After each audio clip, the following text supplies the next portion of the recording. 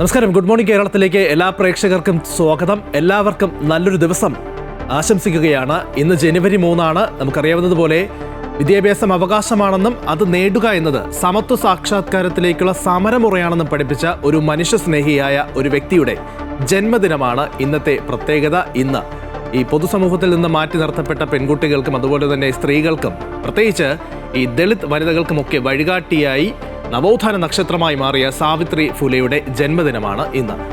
ഈ ജാതി വ്യവസ്ഥയ്ക്കൊക്കെ അതീതമാണ് വിദ്യ എന്ന് ലോകത്തിന് മുൻപിൽ തെളിയിച്ച ഒരു മഹത് വ്യക്തി കൂടിയാണ്. എന്തായാലും സ്വാഭാവികമായും ആ മഹത് വനിതയെ ഓർക്കാതെ ഇന്നത്തെ ദിവസം നമുക്ക് കടന്നു പോകില്ല. കാരണം ഇന്നത്തെ സമൂഹത്തിലും അങ്ങനെയുള്ള നവോത്ഥാനത്തിൻ്റെ അല്ലെങ്കിൽ പുതിയ വക്താക്കളായ ഈ സാധാരണക്കാരെ കൈപിടിച്ചുയർത്തുന്ന ആളുകളുടെ ഒരു സാന്നിധ്യം അനിവാര്യമായിട്ടുള്ളൊരു കാലഘട്ടത്തിൽ കൂടിയാണ് നമ്മൾ കടന്നു പോകുന്നത്.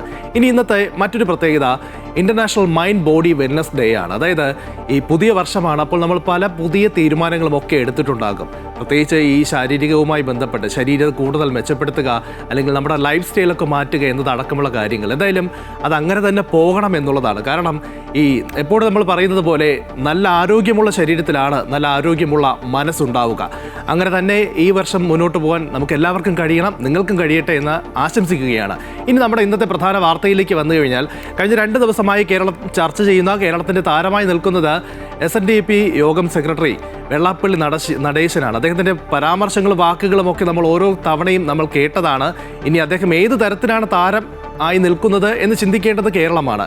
മറ്റൊന്ന്, പ്രധാനപ്പെട്ട ഒരു വിധി വരാനുണ്ട്. അതായത് ഈ മുൻ മന്ത്രി ആന്റണി രാജു പ്രതിയായ തൊണ്ടിമുതൽ കേസുമായി ബന്ധപ്പെട്ട് ഏകദേശം 19 വർഷം നീണ്ടു നിൽക്കുന്ന ഒരു കാലയളവ്, അതിനുശേഷമാണ് ഇന്ന് വിധി വരുന്നത്. ഒപ്പം തന്നെ SIRലെ പല യോഗങ്ങളുമൊക്കെ ഇനി നടക്കാനിരിക്കുകയുമാണ്.